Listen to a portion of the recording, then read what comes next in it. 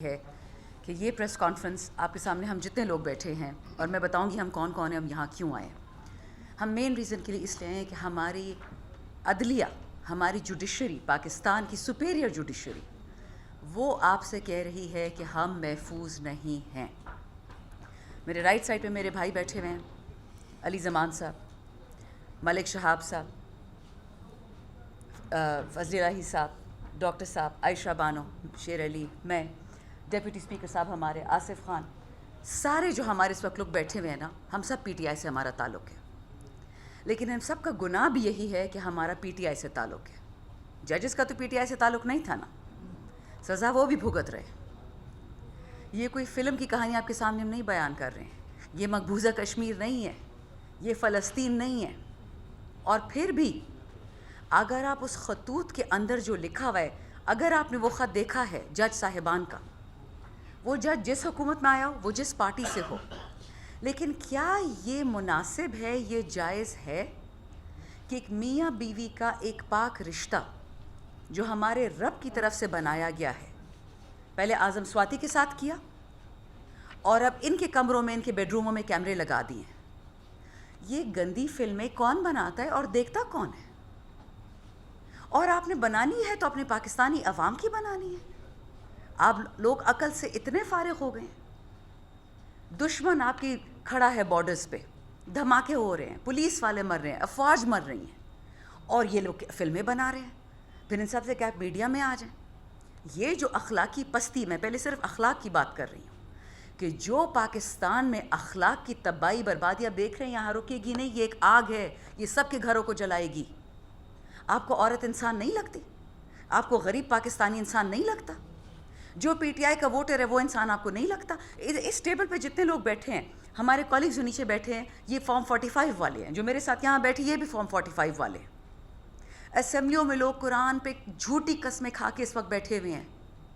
یہاں پہ آپ کا ملک پہنچ گیا ہے کہ سیٹ کی ہرس نے ان لوگوں کو اندھا بہرا کر دیا۔ کیوں قرآن میں لکھا ہے کہ آپ اندھے ہو گئے، بہرے ہو گئے، آپ کانے ہو گئے؟ ان کو کچھ نہیں دکھ رہا۔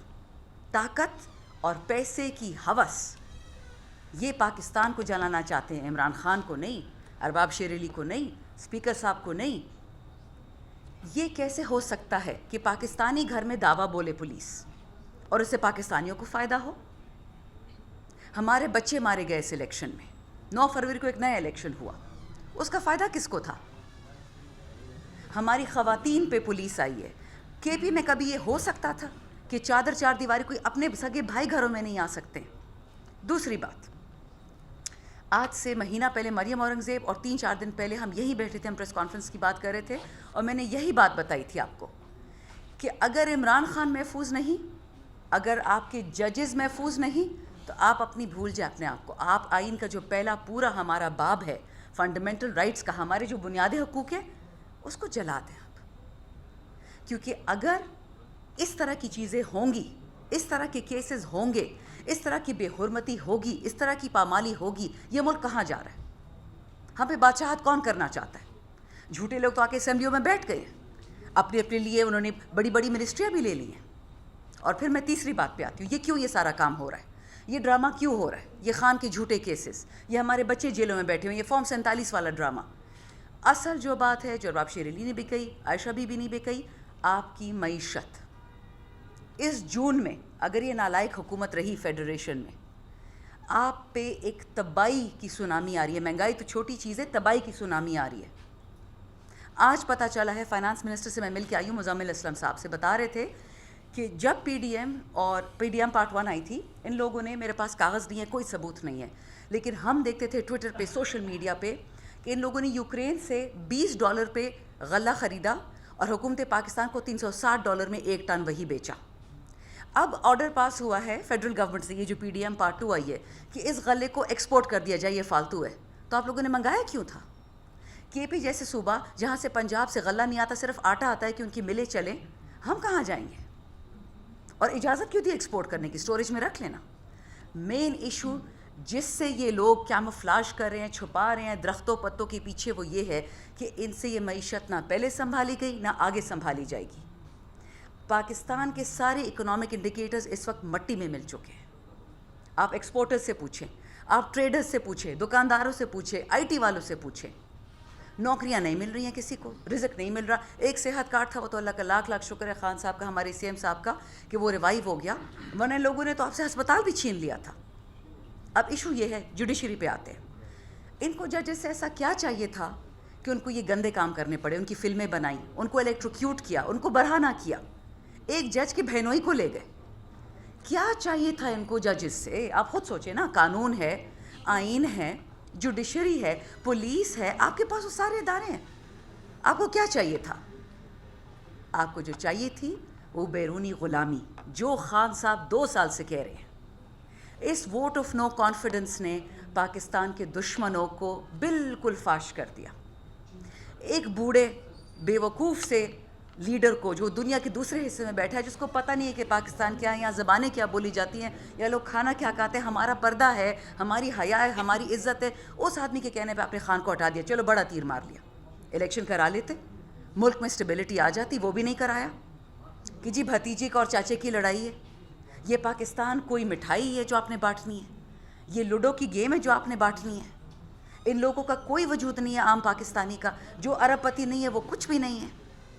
ہم سارے آج جو آپ کے سامنے کھڑے ہیں صرف اس لیے کہ بے شک اس تمام جوڈیشری نے, عدلیہ نے پچھلے 2 سال میں ہمارے حق میں کوئی فیصلہ نہیں دیا, ہم پھر بھی ان کے ساتھ کھڑے ہیں. اس عدلیہ نے, آپ الیکشن کمیشن اٹھا لیں, ان کے اپیلیٹ ٹریبیونلز دیکھ لیں, سپریم کورٹ دیکھ لیں, ہم سے بلہ چھین لیا, ہم سے ہماری عورتوں کی مخصوص نشستیں چھین لی. کیا پی ٹی آئی کا ایک ورکر کھڑا ہوا سپریم کورٹ کے سامنے یا ہائی کورٹ کے سامنے؟ کیا ہم نے ان کی ریٹ کو چیلنج کیا؟ بالکل بھی نہیں کیا. ٹی وی میں بولا, اپنا دل کھول کے بولا, اور اللہ اس عوام کا بھلا کرے, اس پاکستانیوں کا بھلا کرے کہ 8 فروری کو انہوں نے دکھا دیا کہ وہ نہیں مانتے. یہ بدمعاشی کوئی نہیں مانتا.